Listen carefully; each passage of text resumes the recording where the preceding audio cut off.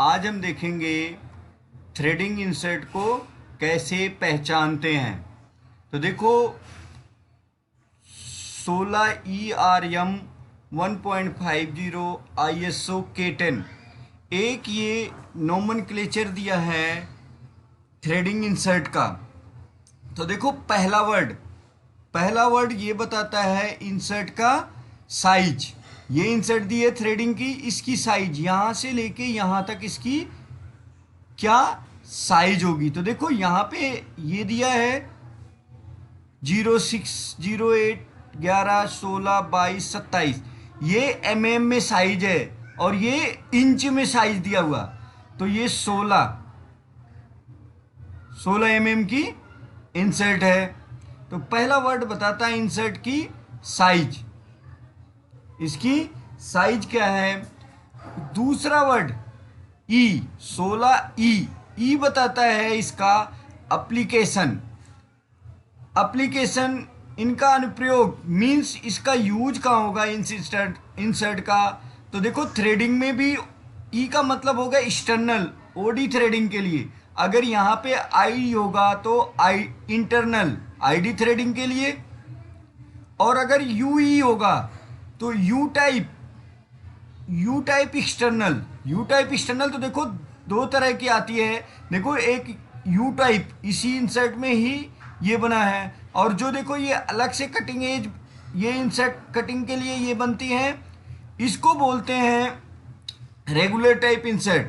तो देखो यहाँ पे ई मतलब हो गया एक्सटर्नल, रेगुलर टाइप में एक्सटर्नल। अगर आई है तो रेगुलर टाइप में इंटरनल। अगर यू ई है तो यू टाइप एक्सटर्नल, यू आई है तो you type internal.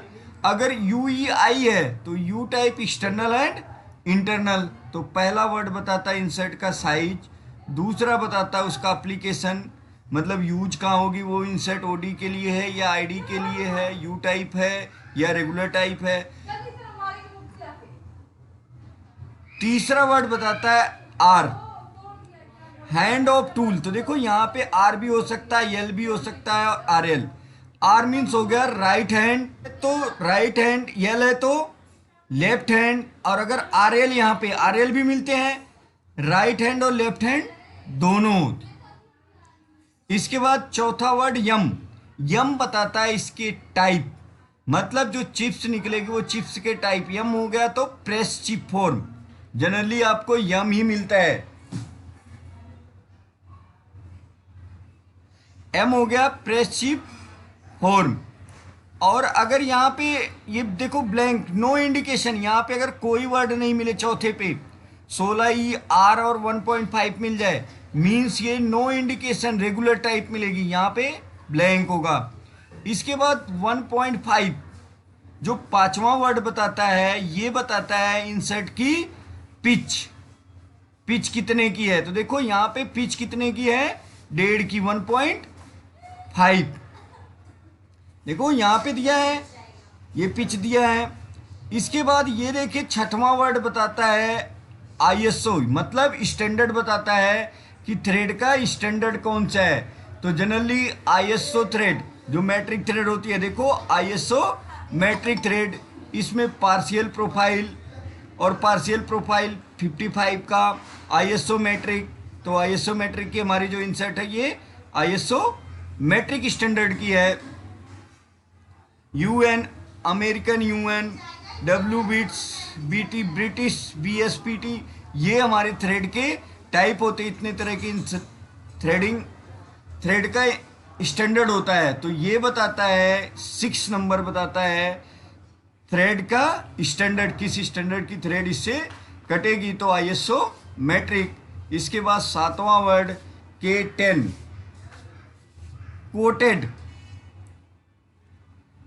Coated K10। देखो K10 ये बताता है कि ग्रेड, K10 मतलब हो गया अनकोटेड, मतलब जो ये इंसर्ट हमारी थ्रेडिंग के है, इसके ऊपर किसी चीज का लेप नहीं लगा है।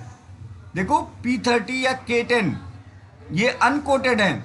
और अगर यहाँ पे ये मिले TT6010, तो मतलब ये टंगस्टन का जो है ये ग्रेड का लेप लगा है, इस इंसर्ट के ऊपर लेप लगा है। तो देखो 16 ERM 1.5 ISO K10, ये था हमारा इंसर्ट डेजिग्नेशन थ्रेडिंग का।